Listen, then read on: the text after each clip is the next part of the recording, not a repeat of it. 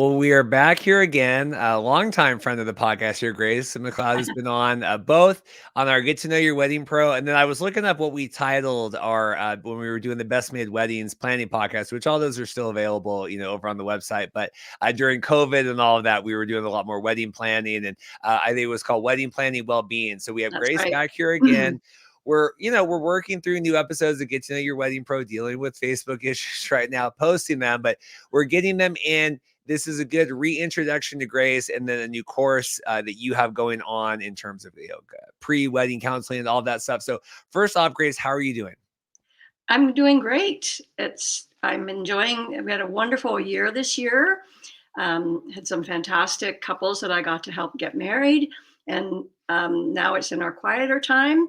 And I love networking. I love us all helping each other get to know what services we have to provide. So I always come back to you, Reed, because I call you my fairy godfather. And so thank you for this opportunity. I'm an officiant, and I help couples not only get married, but stay married. And I also am a personal growth coach. So I work with individuals as well. Yeah, and I think this is a good time of year. Like I was thinking about this, getting everything ready to come on here. Like this is my least favorite time of year. Like the season's winding down. Like we're not quite to wedding show season yet. Like, I'm waiting for Dorothy to get off of, for winter break. Like it's kind of, a weird time, at least when we're recording this. So it's good to kind of feel like we're doing some things like this. You have exciting things going on, but yeah, you're officiating. We've had obviously the pleasure of working together like half a dozen times now. I'm trying to remember here over the last few years. I talk about just that and your unique style to that, and then we'll kind of segue into here the Right. counseling and everything else you do. Okay. So everybody has their own flavor of how they officiate. And mine is because I'm a relationship person, I want to build a relationship with the couples that work with me. So as early on in their journey to getting to marry, they can get to me, the better. And I also do very custom design ceremonies. So I get to know them really in depth. It's pretty high touch process because many couples, they've never gotten married before, or they've been to other people's weddings and they'll often say, we don't want that. It's like, great, that's a good place to start. But then they don't know what they can have. So it's a lot of educating them about how do you stay true to yourself as a couple. You've got a lot of input coming from family and planners and other people's expectations. So I like to be their ally and their advocate for having a ceremony that they really want. So that involves what kind of language, do you have a spiritual orientation? Are you more religious or none of the above? That's really important. And all the different wonderful elements of a ceremony, because the ceremony is actually to help you cross the threshold from the end of your single life into the beginning of your married life. And it's meant to mean something. You're going to say these vows, and they're supposed to be commitments for life. So I want you to be as prepared and in it. I involve the couples in designing it with me and participating so that when you're up there and you're saying your vows, you're in it and you love it and it feels just like you. So that then later, afterwards, if things hit some bumps or it's challenging or you lose your way, you're like, remember that day we did that thing and we said all of that and we had tears in our eyes and our families were all there. It's like an anchor for them. So it's not just the gateway to the party for me. It's an actual ritual, and it can be as fun and lighthearted or deep and meaningful as you like. So that's my approach. Well, and I like you mentioned a high touch point. I like that because I feel like if I'm, and we went through the route of having to kind of a family member do it, and there's pros and cons to kind of, and I deal with that as well with videography, and okay, we're gonna do whatever. But if I'm gonna make the decision to hire an officiant, I like knowing that I'm getting someone that's gonna really take the time, right? Because I do think that some people look at that and they're like, okay, I'm paying this money, like. I could get my sister to go up there and say something. And so I think it's like you said, that high touch point and kind of helping build that with the couple that really helps, kind of justify that extra cost and effort that they're going to do in hiring an officiant. And not only that, that it's supposed to reflect them. It's supposed to be their ceremony. So family, friend, they know you, but they may not know the actual dynamics of all the different layers of the ceremony and why we do it that way and how it builds and so all of that professional stuff. I've been doing ceremonies and also been a retreat leader and a personal growth workshop leader, so it's in my bones to hold space. The other thing that I always love to mention that's a real signature thing of mine is that I start every ceremony once they've arrived and it's all exciting and welcome, welcome, and they're getting married and everybody's all happy. Then we do something called a moment of presence. In a church wedding, this would be they call it many different things, but the invocation or the opening prayers, most people don't want that. But this is a moment to just stop time. There's been hair and makeup, there's been photos, there's been people arriving, there's been traveling, there's all sorts of stuff and nerves. And, it's a lot to be up there. So we just take a couple of minutes and we take a couple of breaths, and the couple get to even close their eyes and land in their body and calm their minds and open their hearts. And I involve the whole community and everybody does it together. And you can literally feel the quality of the vibe just settling. And then if you're outdoors, you can hear the birds and the breeze and the sunlight. And we take all that in. And it's so moving. It becomes like this little holy moment, is what I call it. And you can feel it happening in the room. And the couples sigh and they get safe. And it just changes everything. And I get more feedback. The couples are like, well, this is weird. This sounds like a yoga class. We've never done this before. Our family's going to think this weird. And I said, please just trust me. I know it's good. And it always works. It's never not worked. And I get more feedback. People come up to me, they grab my hands and they said, you just did a meditation in a wedding ceremony. I've never experienced that. Was fantastic. I actually got to I wasn't even there. And and I even had tears in my eyes. And it's so that's my thing, because that's what I want for your marriage. I want you to know how to stay present with yourself and each other. It's everything. You can fake marriage or you can be present for it.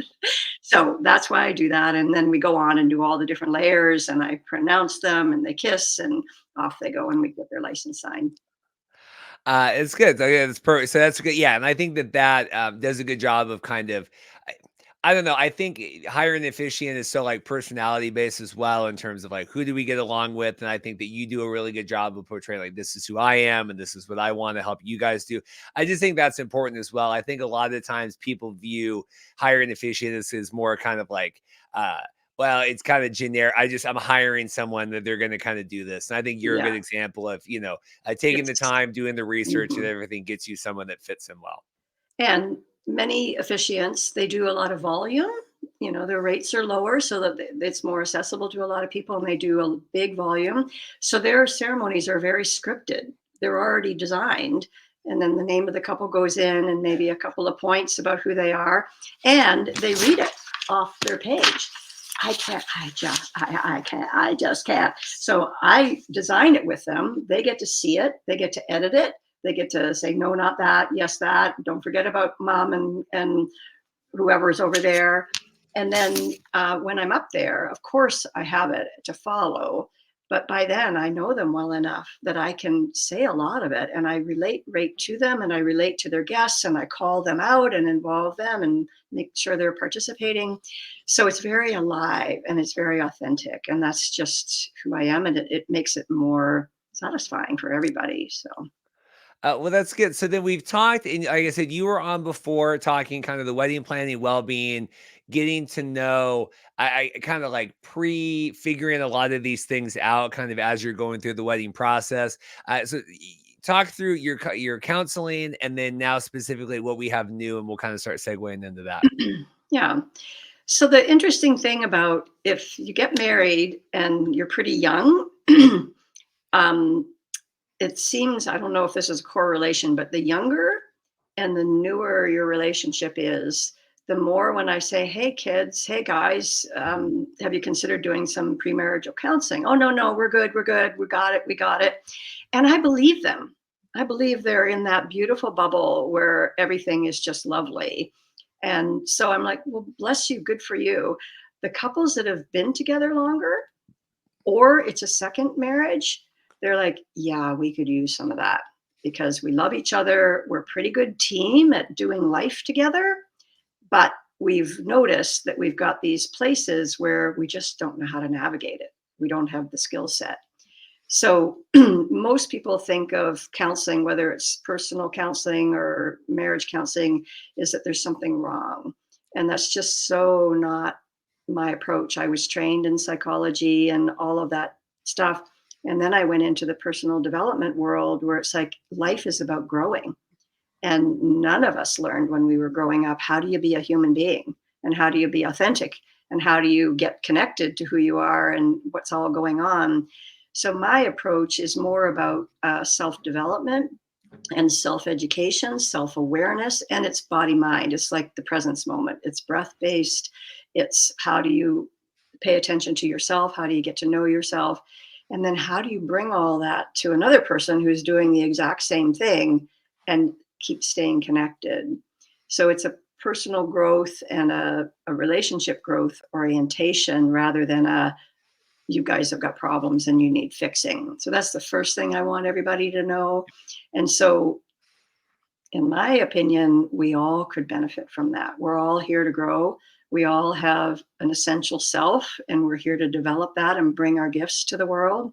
So, why not? We invest in all other ways of learning. You know, we learn for our careers, we learn for our hobbies. Why don't we go to school for our relationships? It's like it seems like a no-brainer to me. So I've always done counseling in couples and just kind of we go with whatever they want. And what I discovered is I was teaching, I was educating a lot. So I came up with this course. So I don't know if you want to pause for a moment there, or if you want me to just to dive in. No, I wanna talk, yeah, a little bit because we've talked about this before, and I think on the wedding planning, there's such a stigma, like you said, of like, "Well, this needs fixing or this needs help." In terms of the people reaching out, going through courses with you ahead of time, or even just, taking on their own counseling, right? Is that is it how much more challenging, I guess, is it to kind of maybe figure out those things or work through those things years down the line than it is to kind of identify things on the onset before you're kind of going down that path of like, marriage and everything? Well, always, it doesn't matter what it is. It's so much easier to do preventative work, whether it's your health or your learning curve for your career, to prevent something from wearing down or breaking and investing in it there rather than trying to fix it. It's just there's no question that that's the easier path. The motivation has to come from a different place. Usually the fixing route is because something's painful, and that's a great motivator. So I work with a lot of people who have gotten to their pain point. We can't connect anymore. We're not being intimate anymore. We go on dates and we don't even talk to each other anymore, or we're yelling at our kids, or we just don't have anything in common anymore. So I've worked there and I still will. I had a couple come to me. It was a wife, and she'd been working with me for about 5 years, and it just kept coming up, the marriage, the marriage, the marriage. I said, well, bring him. And she's like, are you kidding? This is a high flying executive. He thinks he's a hot shot. He's got everything handled and he's brilliant in every field, and we can't connect. And the kids are mad at him. And I said, well, invite him. And he was like, no, no, no, no, no, no. And she finally had the courage. This is like at the back end because you asked me. And she finally got the courage and she said, you either pick up the phone and you call Grace, or I'm out the door. And my bags are already packed. I mean it. And you've got 48 hours. And he phoned me and he said, I have no clue how to enter this world. The only reason I'm doing this is because I don't want to lose my marriage. And he came in, and bless his heart, he said, I need to learn to land the airplane. He said, I'm so up here buzzing in my world, I don't even know how to get centered. And they did about 3 years of work with me, and it changed their whole marriage. And he healed with his sons. So it is possible to do it at the late stage. Yeah, it's true. There's a lot more on the line too when you A got kids lot. and all this stuff, and Yeah, and you've been in a marriage for 30 years, you know? And so it was some heavy lifting, but they were both willing and they learned, and it takes some humbleness to realize you don't know everything. So the easier way, and the couples that come to me more now because I'm offering the weddings, I think we're a little more aware now. I think we're a lot more aware younger. The whole idea of self-health and well-being and mental well-being and emotional intelligence, that's just so much more in our field of awareness. So the couples that come now tend to be they're pretty dialed in, they're attentive, they know, and they really value this thing called marriage, and they get that being healthy individuals and a healthy couple will really impact their kids because most of them want to have kids. So something's turned the light on for them that they want to take care of their relationship, and that they've already discovered it's not always puppies and rainbows. So those are the people that tend to find me.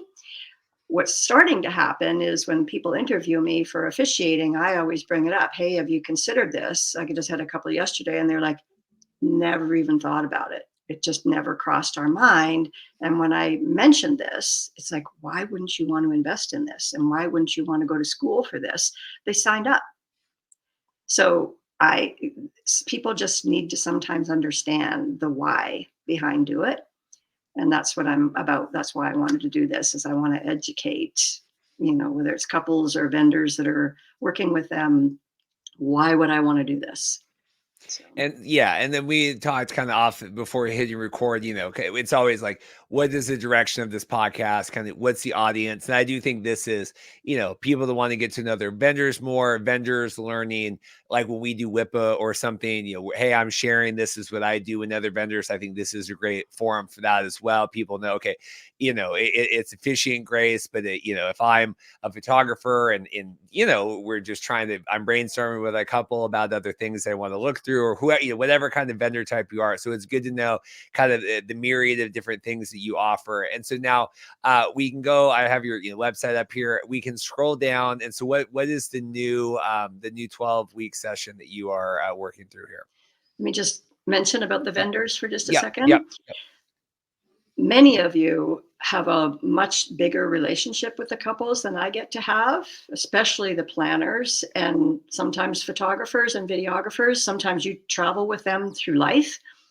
And inevitably, we talked about this in the wedding well-being one, that if you're planning a wedding, it's a microcosm of making decisions for your marriage. You've got budgeting, you've got family dynamics, you've got, I had one couple and they were fighting over whether she was going to buy bathrobes for her bridesmaids. And he said, it's not in the budget. And they were having a fight about it.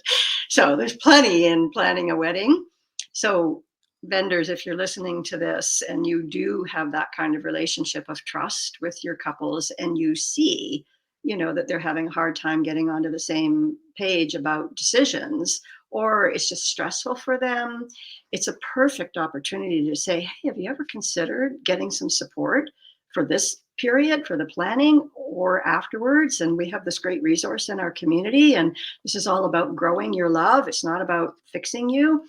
Even if they just had that little bit of language, I think it would move it into something wonderful to offer as a resource, rather than, ooh, sorry, I'm poking at your problems. So I just wanted to put that little plug in there for No, I think that's good. And it is because this was, going on 4 years ago, probably, when I had Ray Van Winkle on, when he was talking about his officiating. And I thought it was so interesting. I think we had talked about this on the wedding well-being, that, just the act of planning the wedding is more of the journey, I think, for the couple than even the wedding itself. Like you said, managing, absolutely. different religions and different politics and family Yeah, dynamics. And I want, we don't have the money for this, or what is the right. luxury that we want to spend, or how big of the wedding.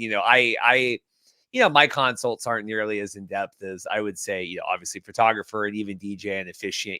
We talk through things, but I can even tell when we're talking on some of these things, like, oh, well, what did we want to do there? Well, I don't know, they're kind of going back and I'm like, okay, you get a glimmer of that. So yeah, I do think, like you said, that's a good point of, like, if you wanted to, it's, again, I'm a big fan of, like, having additional resources. And so whatever you want to call this, whether it's counseling or just kind of a listening aid to work through some things, like having as many resources as you can, I think like family related, like, well, let me go talk to my mother or your mother, or who, like, I think getting kind of that third party, I think, is very beneficial to kind of working through some of these things. And I just realized, Yep, yep. everybody has vendor lists, preferred vendor lists. The venues do, the planners do. It's like, why not have marriage education? And I might even start calling it that. It's just occurring to me as we're Mhm. talking. Go get educated about how to have a fantastic marriage. And so, oh, education, that's a little easier to stomach than counseling. So that's the plea to vendors to consider this a resource that you can help guide your couples to, and they'll choose it. I mean, there's always a free consult, and they can check it out, and they can even have an initial session where they can taste it because it's very experiential. It's not just blah blah blah blah blah blah, and I intervene and help you talk nicer. It's very very experiential. So let's talk about what it is. Is that where you want to Yeah, go? I think that should be good. Here, let's get this up here. So this is based, as I said, on 30, 40 years of being in the personal growth field, and the growth concept that we are all human beings. And in fact, our inner world, our thoughts, our feelings, our beliefs, our trauma, our energy field, our vitality, that's what guides us. And we all have, whatever you want to call it, inner compass, an inner guiding light that's trying to help us be the person that we were born to be our best version of ourselves, and to feel fulfilled. Interestingly enough, self um, expression, being authentic to who we are, is essential to our well being. And the other one is to feel gotten by somebody else, to feel like you've really been seen, you've been honored, you've been validated, you've been accepted, and you've received some form of love. So, self expression, self fulfillment, and connection with others, where it's so authentic and so met that there's some feeling of I feel loved. So, those are primary needs in human beings. So, my work is about helping people. How do I get those two things? How do I stay on course and be the person that I know fulfills me? And that's mostly an inside job. So the course starts with the two individuals learning fundamental, basic things like, how do I get centered? How do I get present? How do I get from out there to in here to down in my body? Get the mind to calm down, breathe, feel the sensations in my body, and land the airplane. So that's just the core building block, because if you're not present, you can't feel yourself and you can't connect to anybody else. The first session, usually the couple, they sit beside each other on the couch, and we just do that together. And people are very coachable, even people that have never experienced that before. It's pretty easy to say, do you feel safe enough to sit, hold hands if you want, close your eyes, and I'm just going to guide you in taking some breaths, and we're going to just drop the anchor down and guide you and down into the body. And they do. And again, it's like in the moment of presence in the ceremony, you can feel it happening in the session, and you can see the shoulders go down and the jaw relax, and you can almost feel the mind calming down. And then they sit there, and then I say, okay, feel what that feels like. That's called being present. And then take a moment to see if you can tune into your partner and see if you can get a read on what's happening with them. And then they open their eyes and they kind of look over and they feel a little shy, like they feel like they just did something kind of private with each other. It's like, well, we're not used to just sitting and being quiet with each other, but they do it, and they kind of, oh, okay, hi, you're still there. All right. And they describe what they went through. And it's beautiful. It's always wonderful. It took me a moment, or I didn't realize how, distracted I was, but this feels fantastic. I feel peaceful. And then I say, now tell me what you noticed in your partner. And they nail it. They're like, oh, he was way up in his head and he was buzzy and it was uncomfortable to sit beside him. And she was all worried that I wasn't going to like this session. And she was afraid I was going to bail. And we know each other really well. It's called our intuition and our energetic read of each other. And they're both like, what? You got all that? What? You got all that? So that's the stuff that the course is meant to access, that we can get there, we can know ourselves, and we can tune into each other, and then we can help each other. So the first 3 or 4 sessions is all about that more body mind practices. There's something called a body scan. Then there's something about it's just called co-listening, learning to listen. We don't know how to listen. The minute someone goes blah blah blah blah, blah, blah, blah, blah, and then we just want to dive in there. So I insist that they do a whole session around get centered, get down there, and then you get 1 or 2 minutes and you just share your experience. And your partner's job is to see if you can stay present and extend your support and listen, not just with your ears, but with your heart. And so the person goes blah, blah, blah, blah, blah, whatever they say. And the listener is like, oh God, I felt distracted. And I started thinking about work. And then I had to pull myself back a million times. And I say, how was that to get to totally have your turn? And could you feel your partner? And they always say, I could feel when they were listening and I could feel when they went away. And it's the same thing. We're tracking at a level that we don't even talk about. And it felt so good. And this one husband, he's like, he had his turn and she had her turn. And then he's like, what? We're not going to talk about the problems. We're not going to discuss it for 5 hours. It's like, we don't have to dig into that. It's like, nope, you did your job. That's all you needed to do. So we take all the stuff that we don't know how to do well and we slow it down like we're in the gym. And we do our 2-pound weights and our 5-pound weights and our 10-pound, and we build these building blocks. And then once we do all of that, then I teach them, and this is my core practice that I've had for 34 years. I teach them, how do I get unstuck? How do I take myself from being triggered, reactive, hurt, angry, whatever, and ride that inner reactionary state through breathing and being present and feeling what it is and bring myself, it's called state shifting, like shift gearing in the car, to a place of resolution. Because if we're always looking to our partner, it's like, well, you upset me and you're the problem and you should get fixed, or I need to tell you my whole process and you have to listen. It's too much. We're asking our partner to be our therapist. And if you can take yourself from reactive state down to presence and calm and more connected, it's very, very empowering. So I ask them each to do a session of that on their own, and then they come back and they do it together. So it's a lot of that inner, how do I navigate my own inner reality, my inner reaction, and be present for my partner? That's only stage 1, and there's 3 stages. So do you want me to pause for a moment? Yeah, I had a couple questions here. In terms of um just the communications nowadays, whether in a couple, could just be friends, could be family. I mean, do you feel like there is a lack of open communication now, just the way society operates in 2023, and just kind of like everyone's so like no one really talks to anyone, there's a lot of talking at people, I guess, if that makes sense, whether you're Well, getting married or not.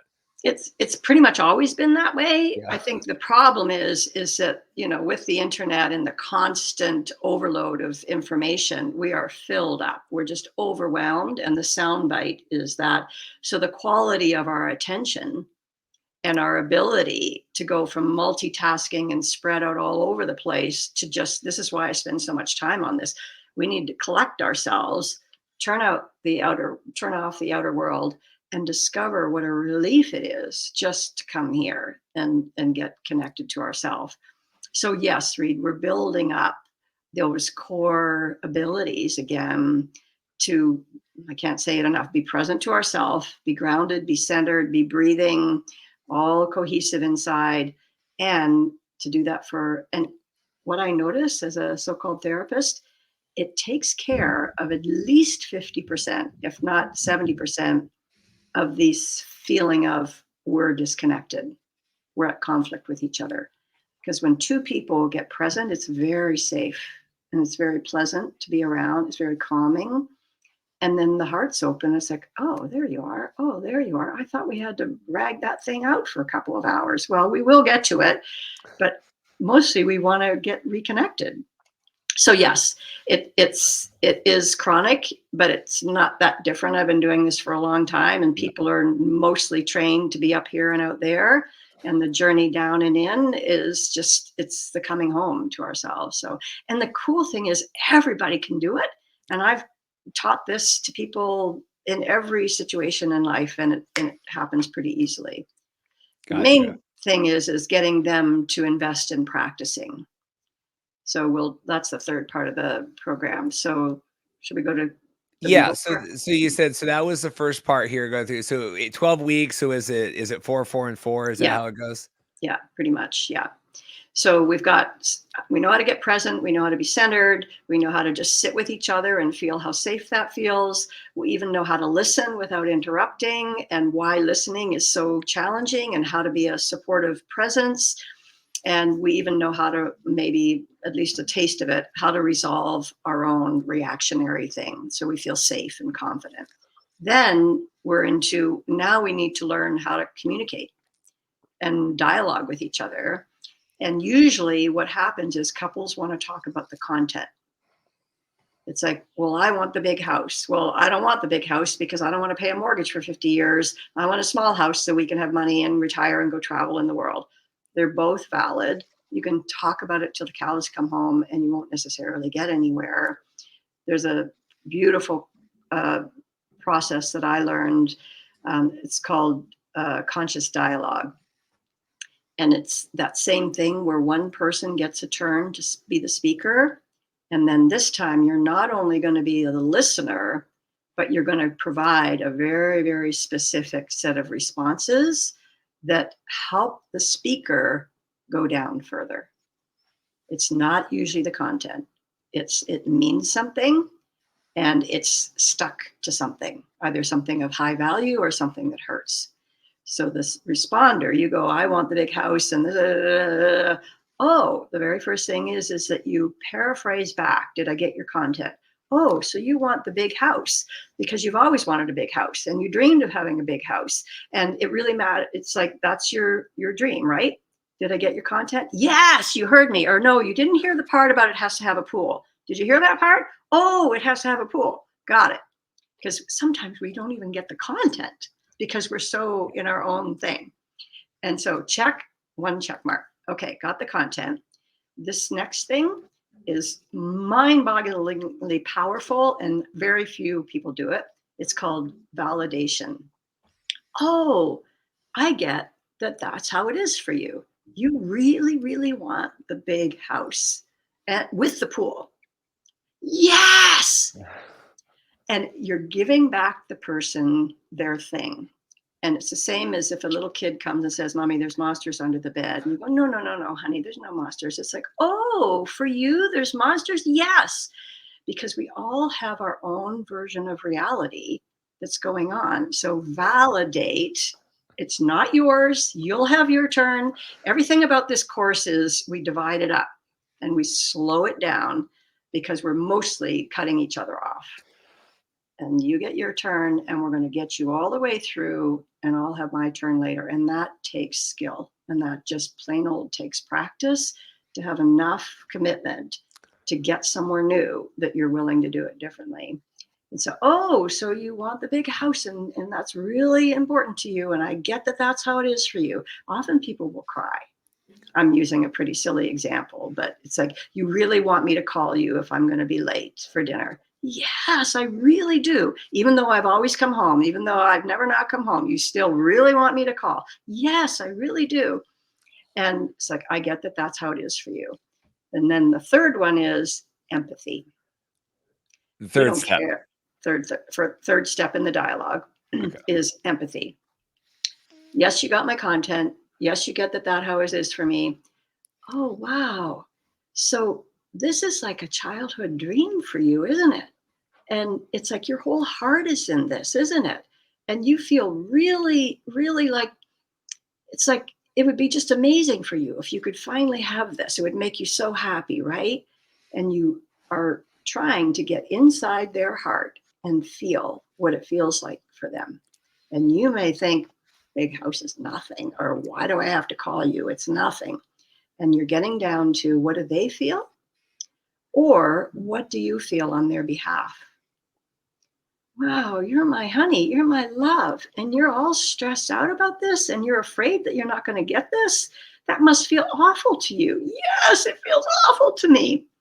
And when you can get to the feeling level, you're getting close to, and then they often start to cry, and then we're in the heart. And then the last is, so honey, tell me what's really down there. What's the deep why underneath all of this? Why does it really matter? Because then I'll be somebody, and it'll mean that I'm really a person, like I that I have value if I get to live in that big house, because we were so poor and everybody laughed at us and I got teased. And if I have the big house, then I'll finally be somebody. And they're crying and they're shaking and they got down to it. It's like, holy moly. I have shivers just saying it, and it's a made up story.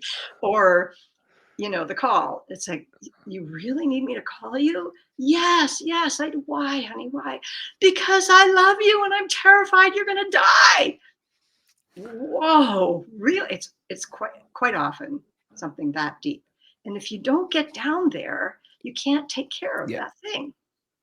So go ahead. Oh, no, and you just don't know. I mean, you don't know until you ask, until you find out.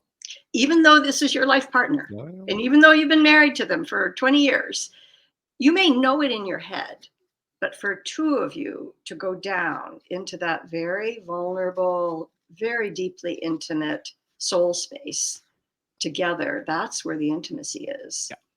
So then it's like, oh, wow, this is like your wound and one of your core identity needs. So then there's, thank you for sharing with me. How can I help you? And it's tricky at this point. It's like, well, you need to fix it. It's like, no, no, no, no, that's not what I mean. How can I help you heal that so it's not driving you so much? Well, maybe I need to go talk to somebody and get over feeling like a poor kid. And maybe that's not your job. So maybe I need a little therapy right now. Great. What if I could also remind you, I see you. I love you. You're brilliant. You're a beautiful human being. I chose you as my partner. What if I can offer you some affirmation and bring you up to your adult place so you're not operating from there? That would be so great. I would love that. And maybe you could appreciate me more and tell me how wonderful I am and I could get over this. And the big house becomes, well, maybe we have a big house or maybe we don't, but I'm not working out my core need to feel like a good person anymore. And you're my ally in that. So if you, quite often men, it's like, I don't know how to help you. What do you want me to do? How do I fix it? Love me down there. Love me in the core essence of who I am. Get me, see me, appreciate me, validate me, and I'll flower. So that's my work, is getting it down to that place where we're really talking what will help me flourish, what will help me grow, what will help me heal, and what will help me open my heart. And you're going to get the benefit of that. If I'm happy and feeling great, we're not even going to be arguing about house. We're going to be making love. So that's why I want this. So that's all for that person. And then you get your turn. And the skillful part is, how do you provide a loving response that helps grow your partner? It could be, well, let's divide up our budget and we'll put some of the money into the mortgage and I want to put some of the money into the retirement plan. That's transactional. That's powerful. That's really good life planning. It's not going to take care of what's going on down in the deep place. So that's what that course, and by the way, in 12 weeks, this is a taste of each of these things. You're not possibly going to learn all of this so that you can use it in 12 weeks, but I'm trying to take people through what I've found to be the essential building blocks for what helps a marriage be sustained over the long haul. And then you can come back and customize the next level if you want to. So that's called couples dialogue. In terms of remote, in person, how is this Both. kind of like the logistics? Both of it, whatever Yeah, people I mean, I work remote. out of my home. Couples come here. We even do retreats, like date retreats or weekend retreats. I've been doing those forever. They stay at a bed and breakfast nearby, and we work during the day together. But most of it is on video at this point, because I work with people all over, not just here in Washington. So go ahead. Oh no, go for it. So and then when each person gets a turn, And then you're over here and it's like, well, I don't want to work forever. I want to retire. And that's really matters to me. You go through the exact same thing. Oh, so that really matters to you. I get that that's how it is for you. And I can feel that. It's like, you don't love work. Your work isn't your passion. You want to go adventure. You're in it. You've always been in it. Yeah, yeah, yeah. You get me. You get me. What's all that about? And then you get down freedom. I feel like a caged animal. I can't handle it. Okay, honey, well then how can we help you enjoy your work while you're doing it? And how can we have mini vacations where we don't have to save up for retirement? And how about if I be your ally? So when I see you looking like a caged animal, I come over and say, hey, let's go for coffee, or let's go walk around the block for a little bit. And realize that investing in your partner's well-being and deep growth, it's so satisfying. And then you adore that person. You can't help it. They're your champion. In terms of, we talked kind of off the top, and like not all of this is like, things are falling apart. We need to mend, right? This is a lot of like pre kind of going into a lot of this. If we're, if I'm with my partner, if we're, what questions or how do we know if this is, because obviously the answer is like, this is right for anybody that wants to be involved, but what questions, like, if you're thinking of these things or you're asking just to kind of round out the conversation, like, these are things, this is definitely something you want to look into. Like, what should I be pre-registering myself in my mind? Well, they're kind of the examples that I gave. It's like, if you've got things that you're trying to decide on, life goals, or even another couple, a very popular thing is about love languages. I want to be held and cuddled. You want to fix the fridge for me, and it's like, how do you navigate that? So usually by the time marriage is coming along, people these days, they're actually live-in couples. They're actually partners. So they've been practicing for a while. And there's things like that. It's like, how do we dance together? How do you feel loved? How do I feel loved? So those kind of love patternings. What are our more practical life partner challenges? Where do we work together well? Where do we not? Sometimes it's family dynamics. Sometimes it's raising kids. So there could be a life issue where you can feel things are a little rough and we don't know how to change it. We've been batting the ball around a number of times and we're not getting anywhere. Usually that means you're not getting deep enough and you don't have the skill set. So, and many people do strategic counseling. So they do goal setting and they talk through problems and they do problem resolution. And that's great. All that stuff's really useful. So the second level is your spark still there? Are you still having fun? Do you still love this person? Do you want to hang out with them? Do you feel like it's a joy to be together? Or are you starting to just kind of be roommates or less? So if you can feel yourself drift, or is life just calling you and you're so intense that it's like, Jesus, we haven't had a date night for a really long time, or we're not being 100% honest with each other, or we're talking, but you're not home. I can tell you're kind of, yeah, honey, yeah. We're not really. So it's about layers of connection. So even couples that say, hey, our life is good. We're great partners. We do it a lot well. Is it fulfilling? Is it really satisfying? Are you enjoying it? Is it what you hoped it would be? And it can always grow and it can always be vitalized.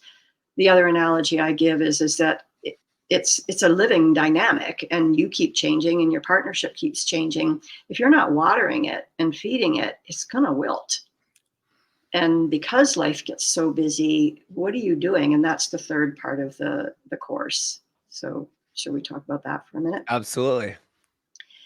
So just what I just said, what practices and what structure have you put in place to make sure that you find each other on a daily basis? What's your sweet spot? Is it when you wake up in the morning? Can you take 5 minutes to just lay in bed together, hold hands, and do the centering exercise, and then roll over and be in each other's hearts for a few moments and build each other up for the day? Is that it? Or is it when you get home from work? Is it not realistic every day? Is there a day of the week, Sunday your day? So if you can get something daily, weekly, monthly, and yearly that you design as your marriage well-being practice.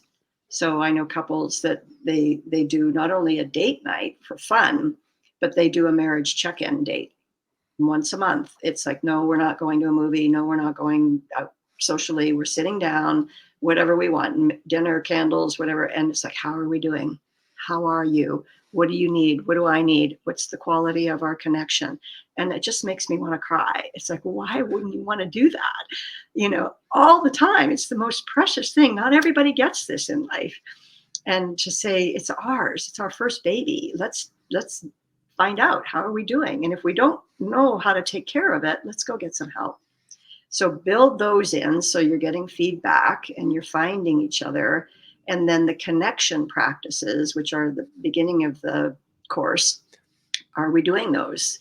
Do I even know what your deepest heart's desire is at this stage? We've been married for 20 years. Do I even know what matters to you? Maybe you raised our kids, or we raised our kids, and we're dealing with an empty nest. Do we even know what we want now? Do we even know how to connect as partners anymore? So at each stage, there's, different needs. And then the last one, which is actually the first one, if you're starting out and you haven't gotten married yet, doing a vision experience for your marriage. And most people, it's like they have the goal piece, but a vision is more a feeling level and how beautiful could it be? And what qualities do we want to experience? And when we're old and dying and saying goodbye to each other, what do we want to have experienced? And it's usually kind of blue sky, and it's like, how wonderful could it be? And then we bring it down. And if you have a roadmap, if you've built it, if you've painted the picture of what we want our marriage to be, it's so much easier to manifest that than to go back and fix it later. So visioning, and then that turns into, whatever you call it, a roadmap, yearly, 5 years, 10 years. Because, life doesn't always work according to those plans. You can build them, but more often it's about us creating the quality as we go. So, and that's the piece. How are we going to take care of this thing? And how are we going to manifest our dream for our marriage? Well, I love it. I think that that's good. Good feedback experience thus far, that you're kind of working all this out. But in terms of just kind of, as we round out the conversation here, just in terms of feeling good about everything as we push this out. Yeah, the people that are going through it, it's just so wonderful.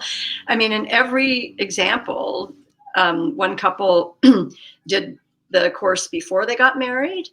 And two of the big issues was where they were going to live and when they were going to have kids. And he was desperate to move back out here to the West, and her family was having a hard time in the East. And they had to just keep working. Are we going to feel stuck because family obligations? Or are we going to hold on to our right to build our life and trust that our families will bless it? And it was a big deal. And it had to do with, well, but I feel like I owe them as a child, and they're elderly. And it's like, yeah, but us. And he was like the champion for that. And they broke it open and they figured out how to create it. And now they're moving here and they're having a baby and their families are on board. So that's a big deal, to go from, well, we're just going to sacrifice what we want out of family obligations right at the get-go before they were even married. So, and then other couples, like I said, one couple's kind of into this growth stuff and the other one doesn't have a clue. Those are really satisfying, because when it starts to work, the person, they need to learn a new language and learn all these new skills. It works. It just, as soon as they get in and start practicing, they get the benefit and the feedback right away. So it is working. I've been doing it for a while. I just haven't put it into this platform before. So yeah, and as I said, people can come, they can do a discovery call for no fee to just talk about how would this work for us? What would you do with us? And then do one session and taste it. And then they can sign on either in 2 chunks. They can do 6 weeks. Some couples do the 6 weeks before marriage and their wedding and the rest after.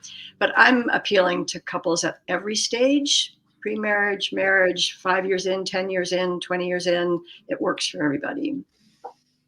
Well, Grace, it's been good to connect again here and Thank excited, you. like I said, probably, Rebecca came on and they have their new mastermind course they're working on in Mhm. this. So I think that's great as well, utilizing this platform, not only for kind of new vendors and new things like that, but also, yeah, returning vendors that have new adventures kind of that they're setting out on. So I Yeah. appreciate it. Like I said, I'll link the other episodes that we did, the wedding planning, well-being, and then the original Get to Know Your Wedding Pro. But Grace, I really appreciate it. Anything else before we get out of here? It just occurred to me, I just wanted to mention that it isn't required that both partners come.